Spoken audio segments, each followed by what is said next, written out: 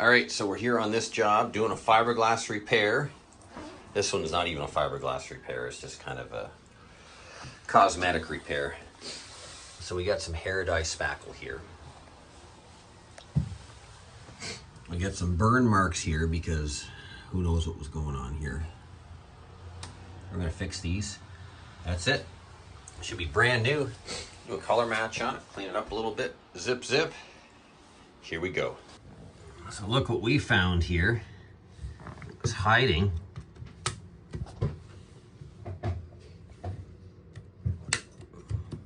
She's right through. Now, see that right there?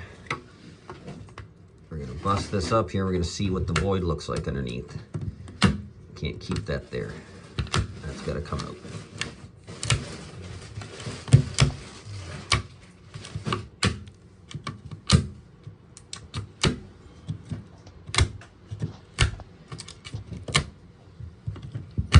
Hollow spot there. Yeah. So this backer matting is actually supposed to be right flush with the gel coat.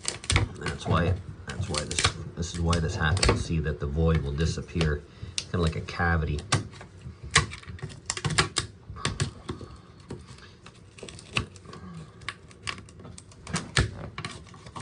So we'll open this all up.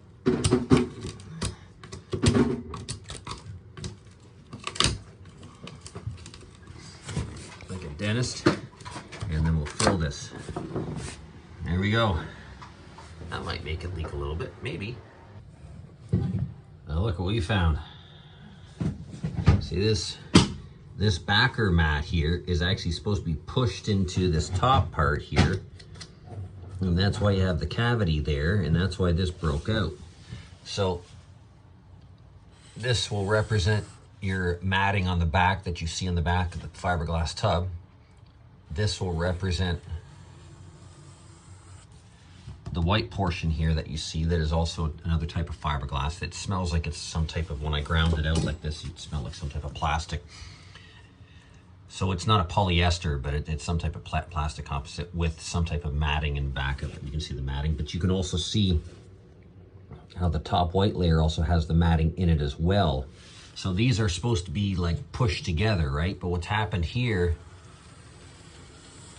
is the matting chop on the back, and then when they made it on top of the mold, there was this void here, this cavity. So eventually the top layer fatigued and it cracked out. So what you have to do is you have to basically, you got to go all the way back here. You got to take this all out to be able to fill this void in here, and then you do your body work in here. I'm going to use short strand fiberglass filler to fill this. And when you have a repair like this, you don't have to do a layup. There's no point, because this is already strong. See how strong this is in the back? Doing a layup will not do anything. So you want to fill this with short strand fiberglass filler, and then do your body work a little bit wider. And then if I was doing a repair, I would do a zone blend from here and play with the angles. Probably play with the angle on an angle like this or an angle like this, and blend this in like this and blend it out the same way you saw me doing my flip tape video there. So this needs to be done on the inside, and then these burn marks need to be done. So let's get filling this guy. All right, so we got the cavity filled. Now we got to do some body work on top.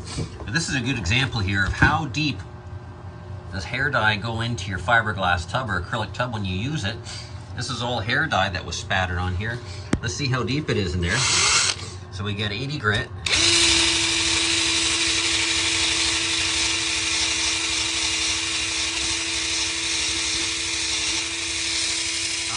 How much are we gonna have to sand off? I sanded all the texture. It's right in there, guys.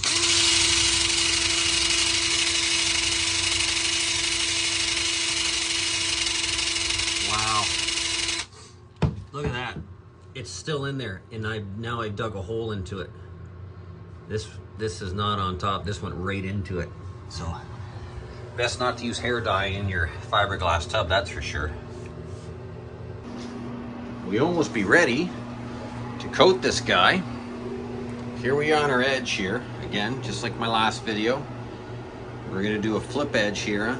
If you see how this has a nice sharp edge going all the way down here? So what we do is we tape back to here. When we put our bonding agent on, we go all the way to here, okay? We're gonna flip tape right on this edge so that we know that our blend from here to here is going to have bonding agent on it, so our blend's never gonna peel off. We're gonna flip tape right here, and on our, once we're done our last coat, we peel it immediately, zip, we take it right off, then we get our blender, we go right on here, and it melts in just like we clear coated it. It's gonna be brand new. Look at this. Did a repair, put some little bit of lacquer glaze on top of it, get rid of any type of pinholes in the bodywork. Let's get going. So here we've got about 3 coats on the inner part of the tub, and right up here I'm starting to do my blend, and we're going to do our blend to the edge. We've got 2 slight coats right up here. Now this is my final 3rd coat that I'm doing on this blend edge right here. Now I'm very controlling. I'm controlling where the overspray is going. This is the most important part, is when you're doing this type of blend, is you want to control where your overspray is going. You don't want a lot of overspray going into your tape there. So it's just about the perfect amount there. I'm kind of struggling here while I'm got the camera in one hand and I'm popping the hose off on the other hand, and then I'm grabbing my blender here, which is the PPG one. This is in a can. You can get this either in a can, a spray can, or you can get it in liquid quartz. But on this type of job, I'm going to use it in the spray can. So I pull off my tape here, and there is just a pinch of an edge on this, which is typical, which is I knew this was going to happen. And then I'm going to take my blender, and I'm going to put it on kind of heavy, just enough so it's like almost like clear coat, and it just melted that edge just perfect. I can't even see. You can't even tell. It totally melted in like magic. But the key is where you're actually controlling your overspray when you're actually spraying on your final coat. That's actually the key. The flip tape and where your overspray goes. Here we are, finished product. Didn't even need to polish it. Looks brand new. You can't even see the edge. You can't even feel it with your finger. You can't see it. Whole tub's been completely restored. Brand new. Doesn't get any better than that, guys. Look at that. All right. We will see you guys on the next video. Yeah.